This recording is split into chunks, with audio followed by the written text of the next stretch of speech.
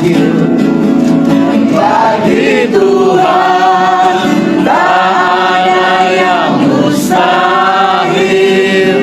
Bagi Tuhan tak ada yang tak mungkin. Mujizatnya disediakan bagiku. Bagi Pak Anies juga. Diangkat dan dipulihkannya. Bagi Tuhan, bagi Tuhan tak ada yang mustahil. Dan tutup. Terima kasih Tuhan, Kau Allah yang baik. Semua rencana ada dalam genggaman ya Tuhan. Bukan suatu kebetulan Kau tunjuk anakmu Anies ya Tuhan jadi calon presiden. Dan kami percaya Kau sendiri akan pimpin dia, sertai dia setiap langkahnya. Apapun yang dikerjakan Tuhan adalah naungan kasih-Mu. Terima kasih Bapa, Kau sertai dia dalam segala perjuangannya Tuhan. Apa yang diinginkan untuk menyatukan Indonesia menjadi damai dan sejahtera bagi seluruh umat-Mu, bagi seluruh bangsa Indonesia. Kami percaya Kau akan tuntun dia, Kau berikan hikmat dan kekuatan. Ini juga dengan wakil presiden yang beritahu wakil presiden Tuhan, Caimin ya Tuhan, Kau sertai dia, Kau pimpin dia, Kau jaga dia juga Tuhan. Mereka berdua Tuhan sebagai pasangan yang Kau tetapkan, kami meyakini. Amin.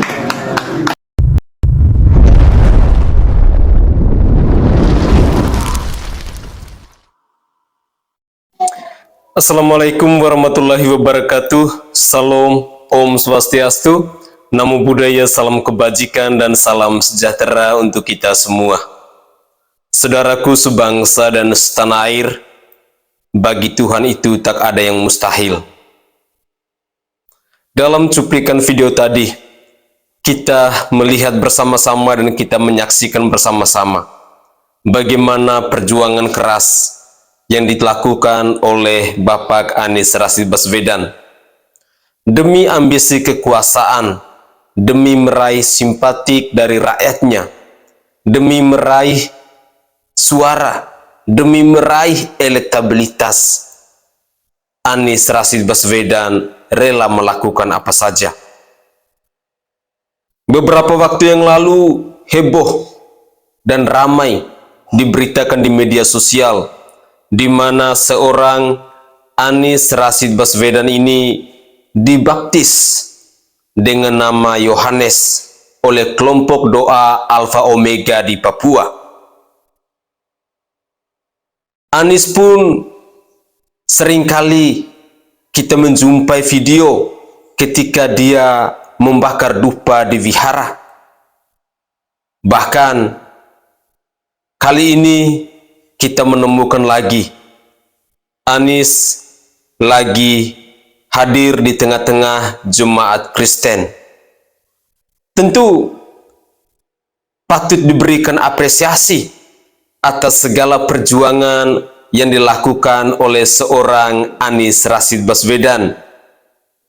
Dia tentunya harus melakukan apa saja mengingat elektabilitas dari Koalisi Perubahan, bahkan dari dirinya sendiri sebagai seorang calon presiden ini terus merosot.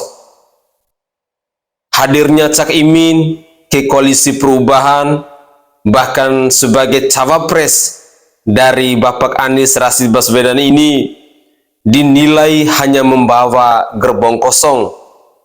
Artinya bahwa kehadiran Cak Imin benar-benar hanya untuk memenuhi kriteria presidensial threshold 20% itu. Saudara, dalam beberapa menit ke depan, saya ingin menghadirkan cuplikan-cuplikan video ke hadapan pemirsa sekalian untuk kita sama-sama menyimak, untuk kita sama-sama mendengarkan bagaimana perjuangan dari seorang Anies Rashid Baswedan, bagaimana buah pikiran yang dilontarkan oleh netizen maupun dari pendukung Anies, dan juga bagaimana hadirnya seorang Cak Imin di koalisi perubahan. Tentu dari banyak kepala pastinya akan banyak pikiran, banyak pendapat. Oleh sebab itu, tidak perlu berlama-lama, saya ingin mengajak pemirsa sekalian, mari kita bersama-sama menyimak cuplikan-cuplikan video berikut ini. Selamat menyaksikan. Menurut saya justru ini melemahkan Anies. Hah? Melemahkan Anies. Gimana cerita bang? Ya coba, Anies kan selama ini kan perubahan dan nyerang Jokowi terus kan. Iya. Tiba masuk Barangnya. Caimin kan koalisi pemerintahan. Gimana? Ya kan? Saya nggak yakin apa penguatan perubahan itu akan menjadi jualannya koalisi ini itu, karena di situ ada Caimin dan Nasdem juga ada di pemerintahan sekarang. Kata orang ngapain lo berubah-berubah, kan sama sekarang di perahunya Jokowi juga, itu kan? Gitu loh. Jadi menurut saya ada gombalnya juga itu. Iya. Apalagi ada kampanye katanya kan BBM mau gratis, waduh, seorang itu tipu-tipu rakyat itu. Iya kan? Tipu-tipu kampung ya. Sebagai bagian dari ini kan, pemain lama. Ini Anies udah nggak relevan lagi ngomong perubahan. Nggak relevan. Apa dia mau itu? Bingung juga ya. Iya. Gimana maju perubahannya gimana ya Iya, bang? dari mana dia ngomong perubahan? Dan faktanya hari ini juga Pak Jokowi kan masih 80% disukai kan? Iya. Dan kalau misalnya kita lihat koalisi utamanya, koalisinya Mas Anies, dua-duanya partai pemerintah, Nasdem dan Itu maksudnya yang perlu diketahui oleh rakyat gitu loh. Jadi kalau dia jualannya perubahan dari mana? Ya sekarang Nasdem sama PKB koalisi Pak Jokowi kok. Ya kan? koalisi Pak Jokowi. Iya. Iya. Nasdem punya menteri, ya kan? Strategis. PKB juga begitu. Berarti kalau misalkan dia perubahan, berarti dia nggak ngakui menteri Nasdem kerja dong. Ya kan, berarti Pak Surya Paloh gagal dong kader-kadernya kan. Kalau misalkan perubahan, berarti dia nggak ngakui menteri PKB bagus, ya kan? Ya kalau ngakui bagus ya lanjutkan. Iya. Perbaiki yang belum baik. Tapi kalau perubahan kan berarti merubah total. Lebih dari satu pula. Nah, jadi kalau dia masih jualan perubahan, berarti dia mengatakan bahwa menteri-menterinya Nasdem tidak berhasil. Menteri-menteri PKB gagal gitu. Lo punya materi, lo berkuasa. Gue tidak punya materi, tapi gue yang menjadi pemenangnya. Iya coy. Guys, berbicara soal koalisi perubahan seperti disampaikan tadi bahwa memang benar ya. Ketika koalisi perubahan ngomong soal perubahan memang sudah tidak laku lagi. Mengapa demikian? Karena jelas bahwa di koalisi perubahan saat ini ada partai Nasdem dan ada partai PKB yang masih bersama-sama dengan Bapak Presiden Joko Widodo. Jelas ya, apa yang mau dirubah? Sementara dua partai yang mendeklarasikan Anies Rashid Baswedan ini saat ini masih di gerbongnya Jokowi. Masyarakat patut memberikan pertanyaan besar di situ. Yakin inilah yang namanya koalisi perubahan? Atau ini semua hanyalah omong kosong? Masyarakat harus lebih kritis. Kita sebagai rakyat harus lebih cerdas. Ini adalah pola lama yang mau dimainkan oleh seorang Surya Paloh. Mari kita lanjutkan lagi. Dia menang Gus Muhaimin presiden, disubsidi serendah-rendahnya. Gombal aja itu. Benar, gombal aja Mas Jibril. Gombal aja itu.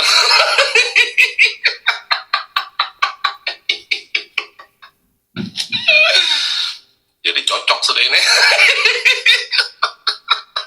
Cocok Mas Anies sama Cocok sudah ini. Mas Muhaimin. Tukang ngeles sama tukang ngibul berduet dengan tukang ngibul.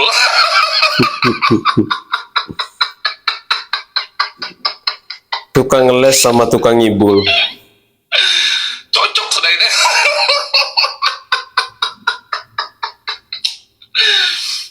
Aku ini ya guys ya.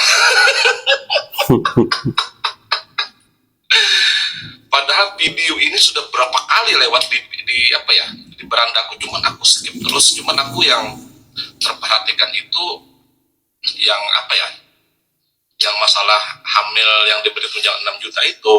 Nah, begitu aku coba simak, wala dipira nih ternyata.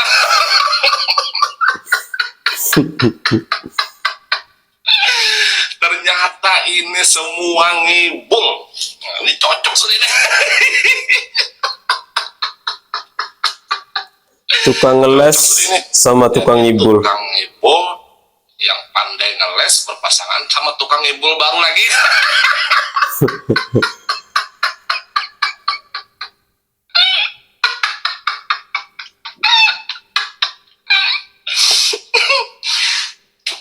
Tara mak jreng.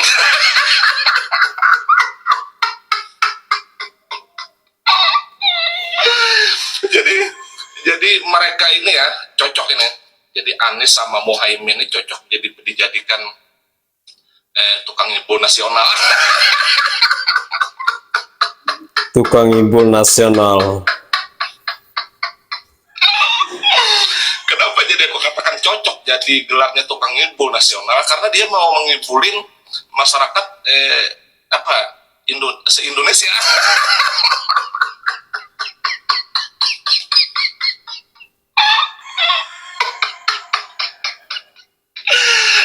Coba aku jelaskan ya. Ini artinya kita berpikir ke depan dengan kata-kata dia ini yang akustik ini, nanti tolong didengar, disimak ya.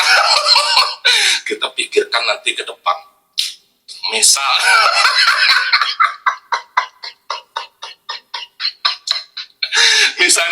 misalnya tahan. Jreng. Tahan. Misalnya kita tuh harus berpikir ke depan. Ini misal nanti nih Anies dengan siapa Cak Imin ini terpilih jadi presiden, ini nanti otomatis kan masyarakat ini kan akan menanyakan janji-janjinya kan.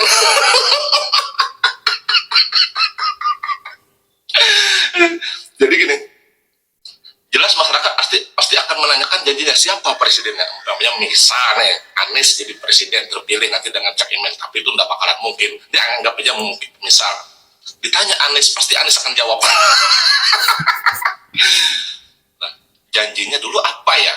Terus yang berjanji itu siapa ya? Misalnya masalah yang 6 juta, masalah ibu-ibu hamil dan BBM gratis misalnya. Pasti akan Anies menjawab, janji saya apa ya? Dulu janjinya apa ya? Karena apa? Karena saya itu tidak berjanji. Kata Anies itu pasti sudah itu. Itu sudah pasti. Nah, itu kan janjinya Cak Imin sebagai wakil presiden saya katanya. Pasti begitu. Artinya kita berbicara ke depan. Oke, terbantah sudah itu. Terus saat masyarakat menagih janjinya ke Cak Imin pun akan ngeles lagi dan akan berkata lagi.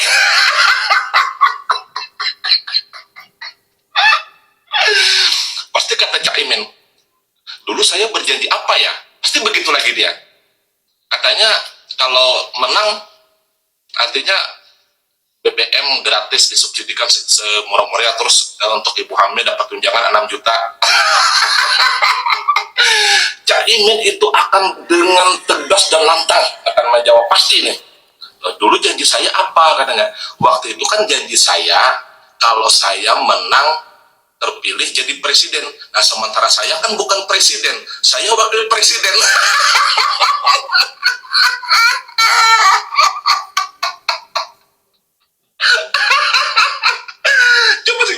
Coba simak video yang akustik ini. Di situ kan katanya kalau PKB Cak Imin menang terpilih jadi presiden. Nah, sementara Cak Imin kan wakil presiden. Dia kan cawapres, sementara wapresnya kan wapresnya kan Cak Imin, capresnya kan Anies. Jadi nanti ini pas cocok berkolaborasi sama-sama apa? Tukang ibu, tukang ales nasional.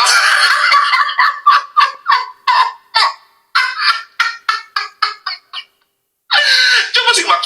Jadi kita jangan terkecoh. Makanya aku sudah berapa kali lihat PT ini, cuman aku skip terus, tidak begitu memperhatikan.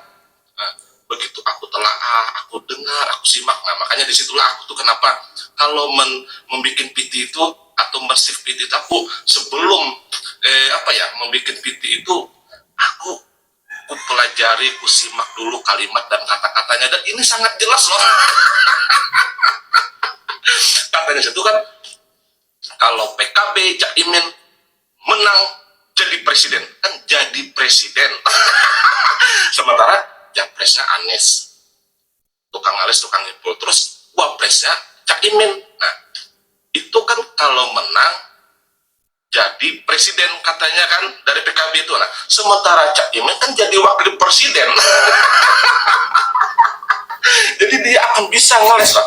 Saya kan kemarin kan kampanye itu saat mengatakan kalau saya menang terpilih jadi presiden. Nah, sementara saya kan bukan presiden, katanya pasti begitu nanti ngelesnya.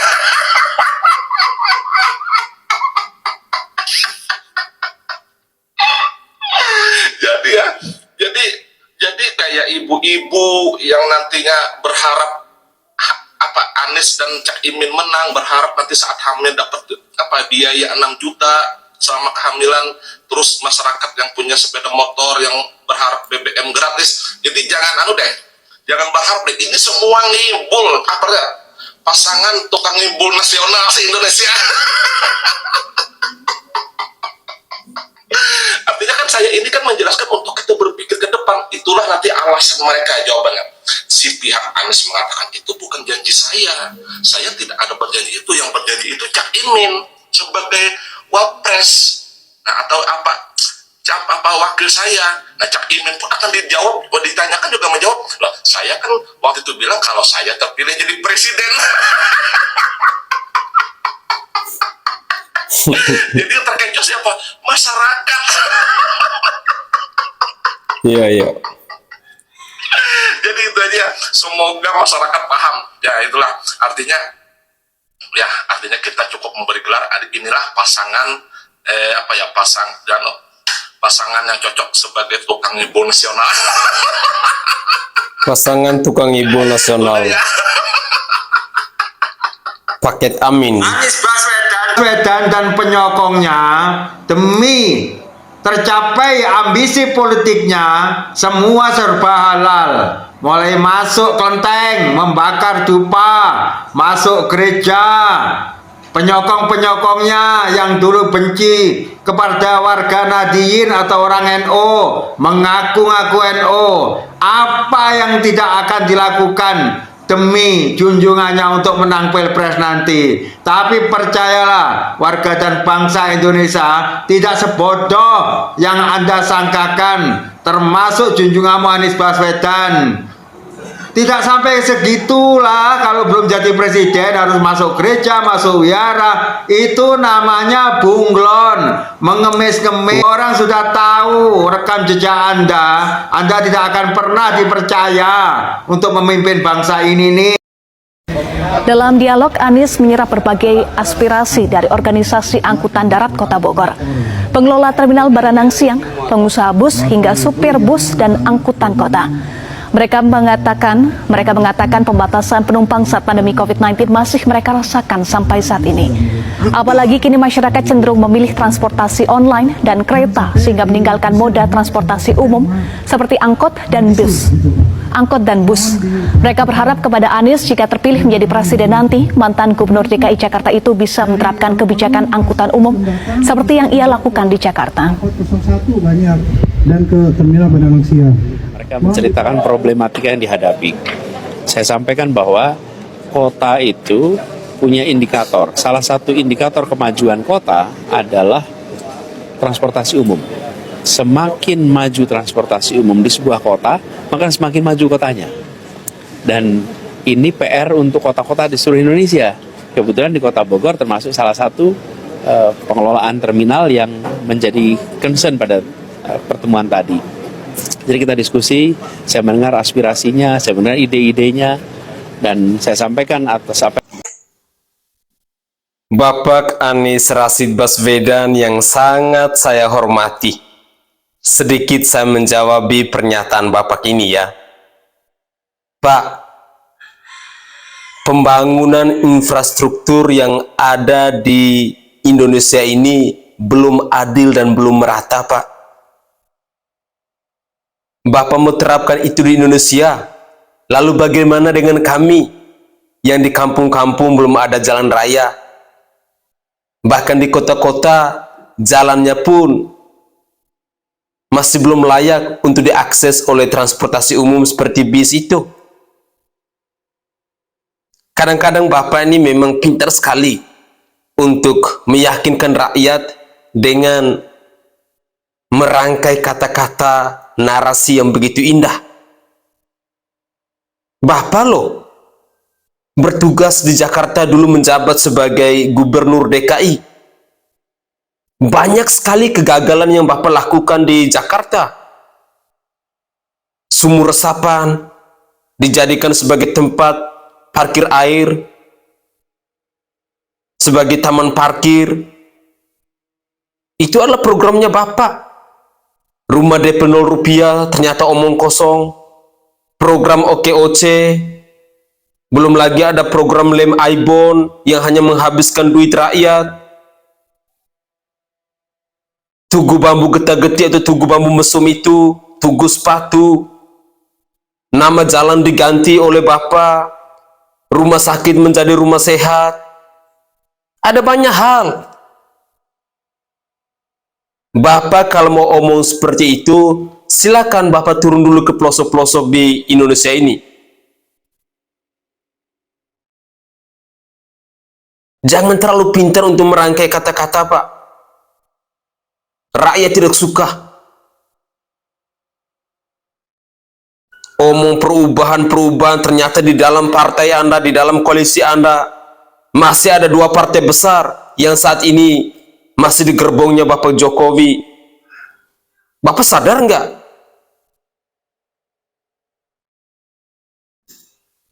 Sekali lagi Pak, hari ini saat ini rakyat sudah cerdas. Jadi stoplah Bapak merangkai kata-kata yang begitu indah. Stoplah untuk kibulin rakyat. Buat program itu yang masuk di akal. Biar rakyat itu bisa menganalisa, rakyat bisa berpikir bahwa oh memang benar.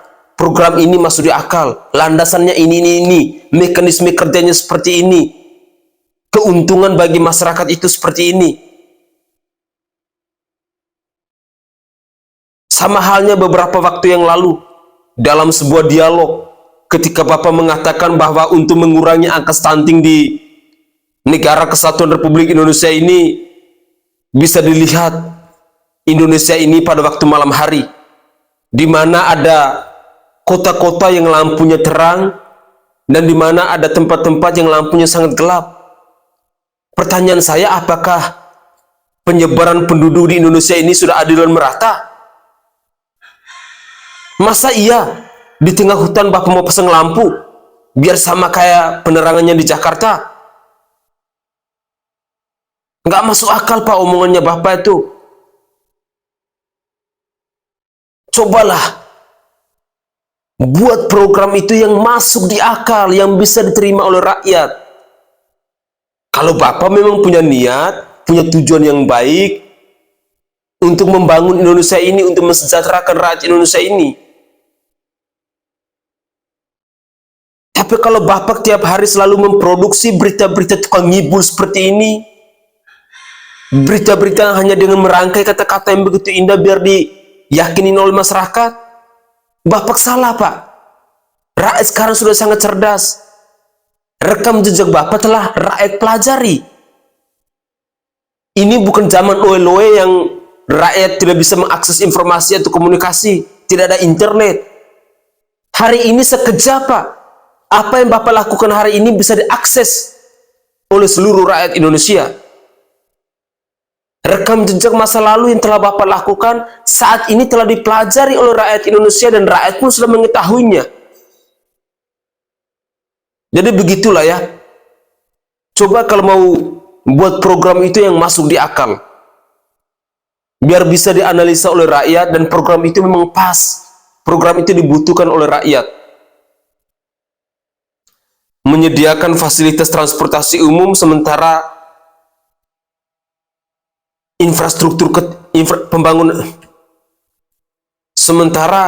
pembangunan infrastruktur di negara kesatuan Republik Indonesia ini saja belum adil dan merata. Bagaimana bisa? Bapak nih kadang-kadang ya. Oke, mari kita lanjutkan lagi. Guys, kan udah tahu belum berita terbaru? Dan inilah berita terbarunya. Tara Macreng. Pasangan Anies Cak Imin mulai cemas berharap Demokrat balik dalam koalisi perubahan. Pasangan yang dideklarasi oleh Nasdem dan juga PKB, Anies Cak Imin mulai cemas usai Demokrat menarik dukungan. Bahkan pasangan Anies Cak Imin ini belum mendapatkan restu dari PKS yang masih bertahan di koalisi perubahan. Presiden PKS Ahmad Saiku menjelaskan dalam waktu dekat PKS baru akan menyelenggarakan musyawarah majelis suro untuk menindaklanjuti silaturahmi yang dilakukan oleh Nasdem dan juga PKB ke DPP PKS. DPP PKS akan membawa pertemuannya hari ini ke forum musyawarah majelis suro untuk membahas nama Muhammad sebagai bacawa pres yang akan mendampingi Anies Baswedan, ungkap Presiden PKS Ahmad Saiku. Bahkan Anies Baswedan terang-terangan menyatakan dirinya berharap Partai Demokrat bergabung kembali ke dalam koalisi pendukungnya. Anies mengatakan kekuatan dari Demokrat dapat menjaga ikhtiar perubahan yang santer diutarakan koalisi. Tentunya berkali-kali kami sampaikan juga kehadiran PKB adalah menambah kekuatan dan kita berharap kekuatan ikhtiar perubahan ini juga terjaga dengan Demokrat. Masih bersama-sama, ujar Anies kepada wartawan di Surabaya, Jawa Timur pada Sabtu 9 September 2023. Anies menyatakan pihaknya bakal menyambut baik jika seandainya Demokrat mau kembali bergabung dalam koalisi perubahan. By the way guys, kalau dilihat-lihat kayaknya kedua pasangan ini emang cemas banget kayaknya ya. Sampai udah kayak yang ngemis ke sono kemari gitu loh. Mari kita berhitung. Kalau hitungan PT 20%, oke lah mereka berdua ini dapat ya. PKB sama Nasdem dapat tuh 20% tiketnya buat sekedar maju capres aja. Tapi kalau hitungan suara mustahil mereka bisa menang hanya dengan 2 partai. Itulah kenapa mereka berdua ini mulai cemas dan coba datang ke PKS, kemudian meminta Demokrat balik lagi. Karena apa? Karena ceruk suara PKS itu kuat di Jabar dan juga DKI. Sedangkan Partai Demokrat itu ceruk suaranya kuat di Aceh, Sumbar, Riau dan juga Jabar. Jadi pantas aja kalau mereka berdua ini cemas. Kalau terkait kunjungan hari ini nih Anies sama Cak Imin ke PKS, pasti udah otomatis disambut baik sama PKS. Namanya juga orang bertamu ya kan.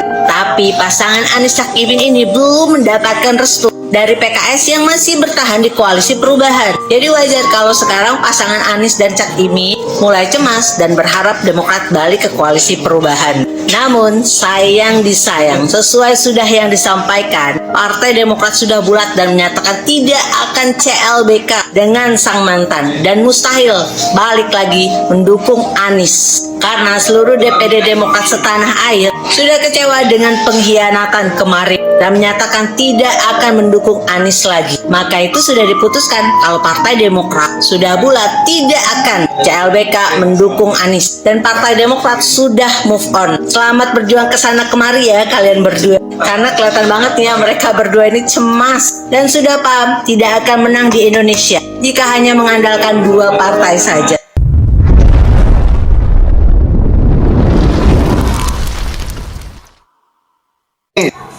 Anies Baswedan itu ketipal partai. Makanya Surya Paloh menjodohkan dengan Muhaimin Iskandar supaya warga Nahdien menyokongnya. Tapi percayalah warga Nahdien nggak akan pernah menyokong. Pada prinsipnya begini, orang yang ingin maju di 2024, Anies Baswedan, Prabowo Subianto dan Ganjar, ini kan anak sekolahan semua bang.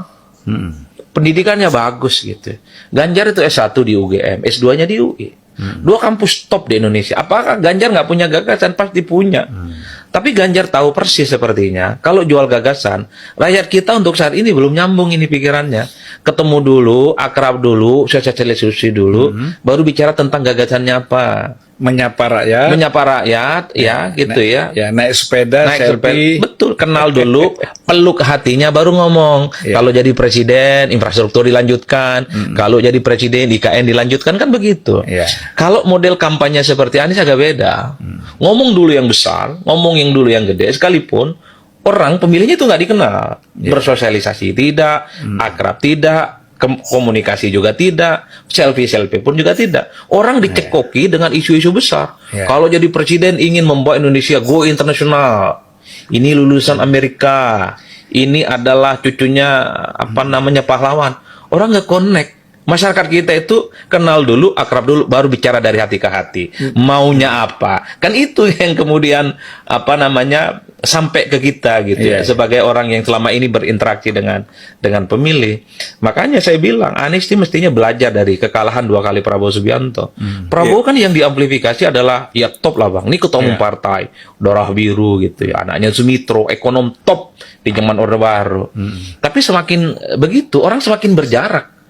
Rakyat kita itu kan nggak terlampau suka dengan calon pemimpin yang kelihatan dia itu ningrat dan kelihatan dia berada di Menara Gading. Nah ini yang saya kira memang masih ada waktu ini bagi Anies dan Prabowo sebenarnya sampai tahun depan 10 Februari masa akhir kampanye, pencoblosannya tanggal 14. Bagaimana mengubah strategi politiknya? Ini jangan disepelekan loh. Preferensi masyarakat kita secara umum ingin kenal dulu dengan calon, Mbak. Bicara dari hati ke hati. Cepat-cepatlah 2024 kita pemilu, Anies, Gus Muhaimin, Presiden Wakil Presiden Republik Indonesia, untuk memunculkan suatu perubahan yang betul-betul di mana negara berpihak kepada rakyatnya. Anies juga nggak bakal bisa mewujudkan itu semua. Contoh rumah, Anda pelajari data nggak sih? Jangan besar-besarkan isu yang menyesatkan. Anies juga nggak bakal bisa mewujudkan itu semua. Kenapa tidak bisa? Hal yang paling sulit dilakukan oleh kepala daerah satu Indonesia, mewujudkan kemerdekaan beribadah kepada Tuhan Yang Maha Esa secara adil dan setara kepada seluruh rakyat tanpa pandang suku, ras, agama. Itu hal yang paling sulit dilakukan oleh kepala daerah satu Indonesia, dan itu diwujudkan oleh Pak Anies Baswedan dengan cara yang sangat mudah dan sederhana. Kalau yang paling sulit ini saja mampu diwujudkan secara sederhana oleh Pak Anies Baswedan, yang begini-begini menurut saya enggak hitung, ya. Karena kita lihat hal yang sulit saja, yang paling sulit dilakukan oleh kepala-kepala daerah saja, itu bisa diwujudkan oleh Pak Anies Baswedan. Artinya bahwa Pak Anies Baswedan akan lebih mampu mengatasi persoalan-persoalan ketimpangan sosial, tidak adanya keberpihakan terhadap rakyat. Pak Anies akan lebih mampu menangani semua itu. Berkaca pada persoalan yang paling sulit yang berani dilakukan oleh Pak Anies Baswedan, kan seperti itu. Ditambah lagi ketika Gus Muhaimin Iskandar bergabung menjadi pendamping Pak Anies Baswedan. Wow, ini semakin luar biasa. Kenapa? Saat ini dana desa nominalnya 2M. Dari mana Pak? Dari mana Bu? Itu merupakan perjuangan Gus Muhaimin Iskandar. Dengan target dana desa itu harus 5M. Tetapi baru dikabulkan, baru terrealisasi 2M. Dan masih terus diperjuangkan oleh Gus Imin dan partai PKB. Bagaimana supaya dana desa, dana untuk pembangunan desa nominalnya itu menjadi 5M. Jadi dan tidaknya Wakil Presiden Gus Imin dan PKB terus memperjuangkan itu. Dia tidak menunggu nanti saya jadi wapres baru saya perjuangkan nominal dana desa itu meningkat. Tidak. Mereka sudah perjuangkan itu, Gus Muhaimin Iskandar sudah perjuangkan itu, partai PKB sudah memperjuangkan itu, sudah terbukti, dan hari ini nominal dana desa itu 2 miliar. Gus Muhaimin dan partai PKB belum merasa cukup, belum merasa puas dengan pencapaian itu, masih terus diperjuangkan dengan target 5 miliar. Oke guys, luar biasa ya penjelasan dari abangku Kristianto Yen Oni. Ini tanggapan dari Bang Basasek ya guys. Teman-teman pasti sudah mengetahui ya, abang kita yang satu ini dulu beliau sangat masif atau sangat ekstrim menyerang Pak Anies Baswedan, ya. Beliau berada di kelompok atau barisan dari Pak Jokowi, pendukung garis keras dari Pak Jokowi. Namun saat ini situasi berbeda, guys, ya. Beliau menyatakan dukungannya kepada Pak Anies Baswedan, ya, untuk menjadi Presiden Republik Indonesia. Salah satu alasan yang sering kita dengar dari ucapan Bang Kris ini adalah karena baru di masa Pak Anies ini, ya, bisa memberikan IMB, ya, mendirikan gereja itu diberikan diberikan kesetaraan lah oleh Pak Anies ini. Menurut Bang Kris, Pak Anies ini sangat toleran, guys, ya. Nah, kalau dari pengamatan saya pribadi, guys, ya, jauh sebelum Pak Anies Baswedan ini maju sebagai Gubernur DKI Jakarta, ya, itu sudah banyak gereja yang ada di Jakarta atau ada di Jabodetabek, ya. Bahkan kalau kita melihat lebih luas lagi, ya, jauh sebelum Pak Anies Baswedan ini menjadi Gubernur DKI Jakarta, itu gereja-gereja sudah banyak di Pulau Jawa, ya. Terutama kalau Abang Kris datang melihat ke Jogja, ya. Di Jogja itu banyak sekali gereja-gereja, guys, ya. Baik gereja Katolik maupun gereja Protestan, ya. Itu jauh sebelum Pak Anies ini menjadi Gubernur DKI Jakarta, ya. Jadi kalau sekarang kita terlalu membesarkan atau melebih-lebihkan, seakan-akan baru di zaman pemerintahan Pak Anies gereja-gereja itu didirikan, diberikan IMB dan sebagainya. Menurut saya ini terlalu berlebihan, ya. Jangan hanya karena kita melihat 1-2 kasus soal mengenai permasalahan izin gereja ini lalu kita memframing secara keseluruhan, menarik kesimpulan yang terlalu cepat. Jadi maksudnya seperti ini, guys, ya. Jauh sebelum Pak Anies menjadi Gubernur DKI Jakarta, sudah banyak gereja-gereja di Jakarta atau Jabodetabek atau bahkan di Pulau Jawa. Itu artinya kita harus mengapresiasi, berterima kasih, dan jangan melupakan jasa-jasa dari kepemimpinan pemimpin-pemimpin yang sebelumnya. Prabowo tetap maju, wakilnya bukan PKB, saya tidak bertanggung jawab. Assalamualaikum Cak Min, ya, assalamualaikum. Jangan sombong dulu, ya. Apalagi itu calon presidenmu, ya kan, kamu cuma wakil, calon presidenmu Anies, itu enggak bakal ya ada yang milih, percaya enggak? Terus kalau kamu bilang PKB difitnah, ketuanya difitnah, ya kan, itu bukan fitnah, itu kenyataan. Zamannya Gus Dur itu siapa? PKB ini, orang PKB ini masih percaya sama kepemimpinan Gus Dur yang dulu, bukan kepemimpinanmu, gitu loh, ya kan. Percaya Cak Imin, Ganjar pasti menang. Ya, sekarang orang NU itu merapatnya ke Ganjar, Ansor Banser insya Allah merapatnya ke Ganjar. Enggak ke kamu, percaya enggak percaya, jangan sombong dulu, ya. NU harus siap menyongsong sebuah peristiwa yang besar. Hadirin hadirat rahimakumullah, oleh karena itu menipisnya pemahaman tentang Nahdlatul Ulama yang saat sekarang ini warganya ada di mana-mana dan tidak kemana-mana, yang tujuannya sebetulnya dia maton mantep, akidah keyakinannya prinsipnya tidak kemana-mana, tapi dia di mana-mana. Tapi kenyataan, guys, coba dia di mana-mana ya, kira-kira ini dengan seluruh ya? apa yang ia miliki. Bahkan semua perabot-perabot kekayaan atau ulama dibawa kemana-mana.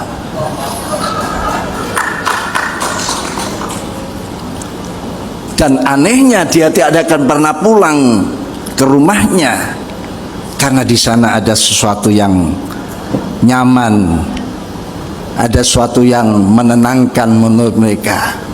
Kecuali kalau mereka sedang mengalami masalah, dia baru datang ke rumah.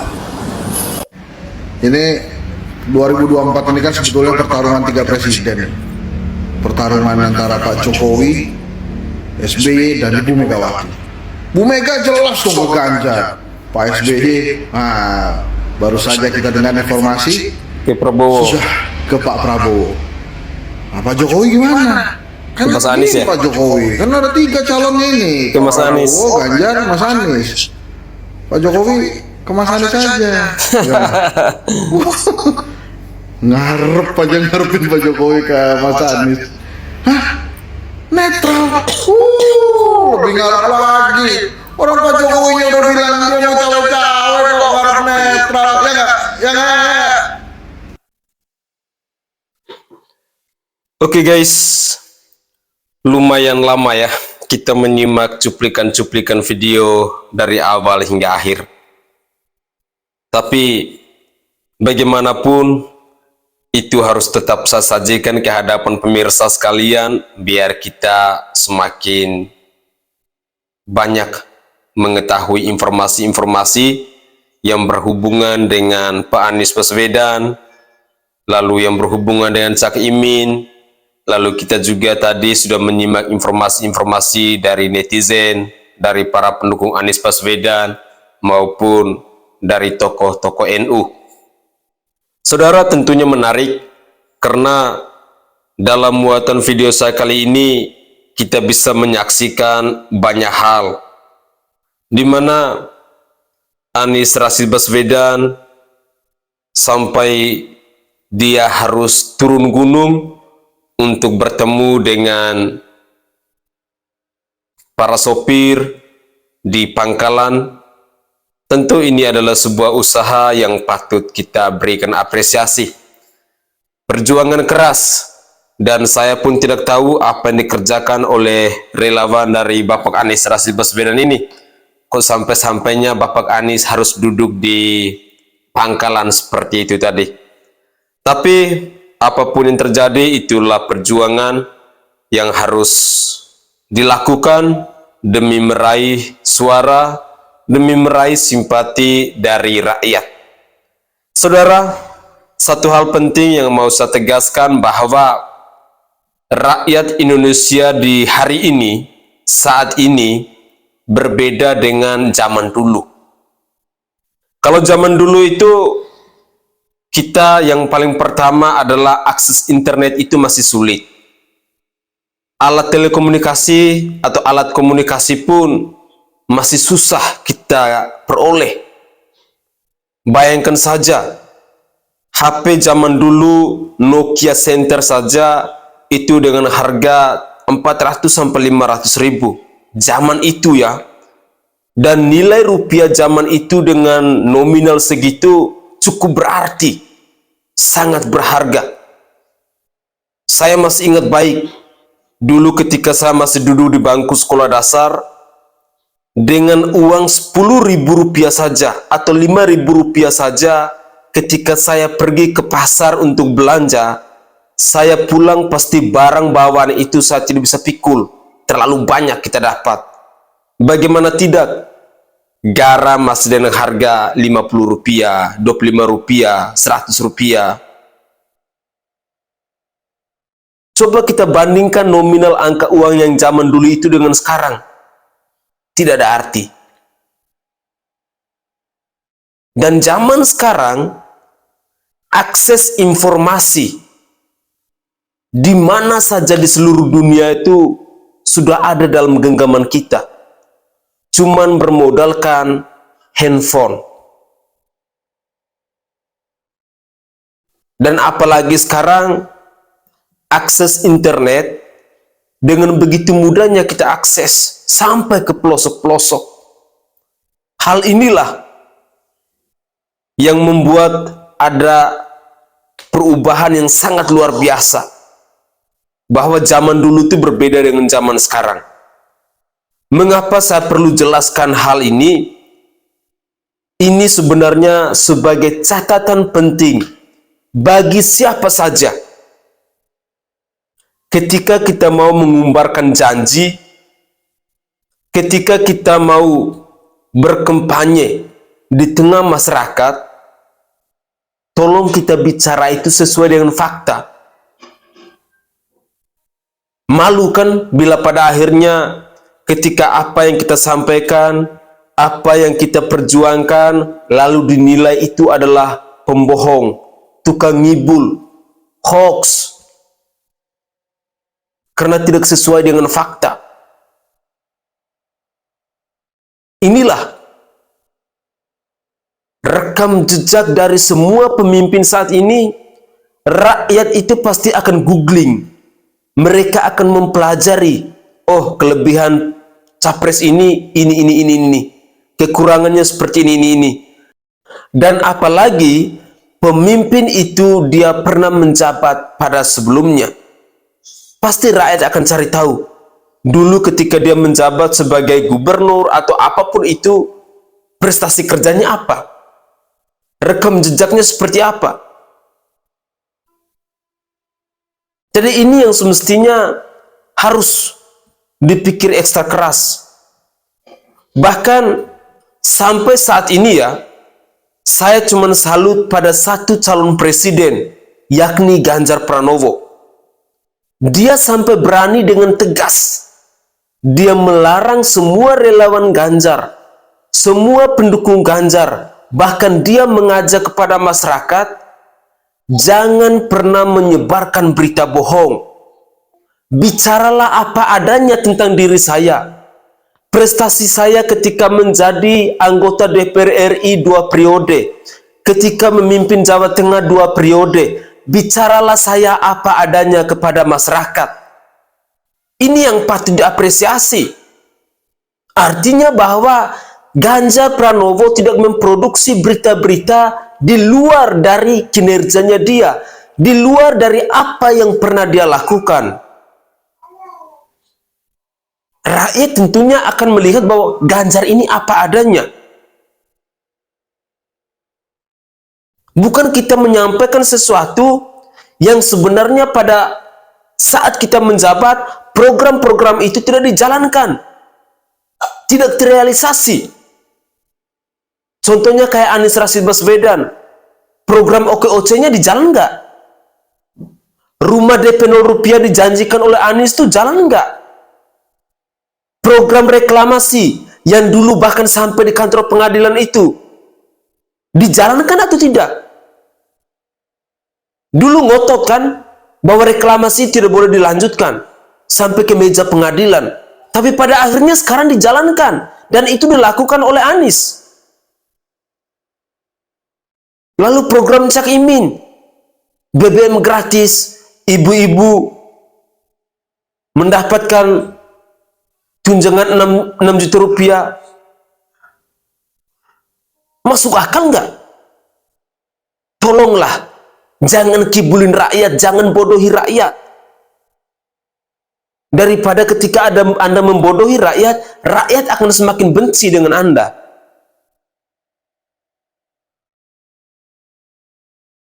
Saudaraku, mungkin itu saja tanggapan singkat saya. Saya mohon maaf jika ada tutur kata atau buah bahasa saya yang tidak berkenan di hati para pemirsa sekalian, tetapi saya ingin menyampaikan sesuatu yang sesuai dengan fakta apa adanya. Jangan kita hanya demi meraih suara, demi meraih elektabilitas, lalu rakyat harus dikibulin, rakyat harus dibohongin. Mau jadi apa bangsa ini?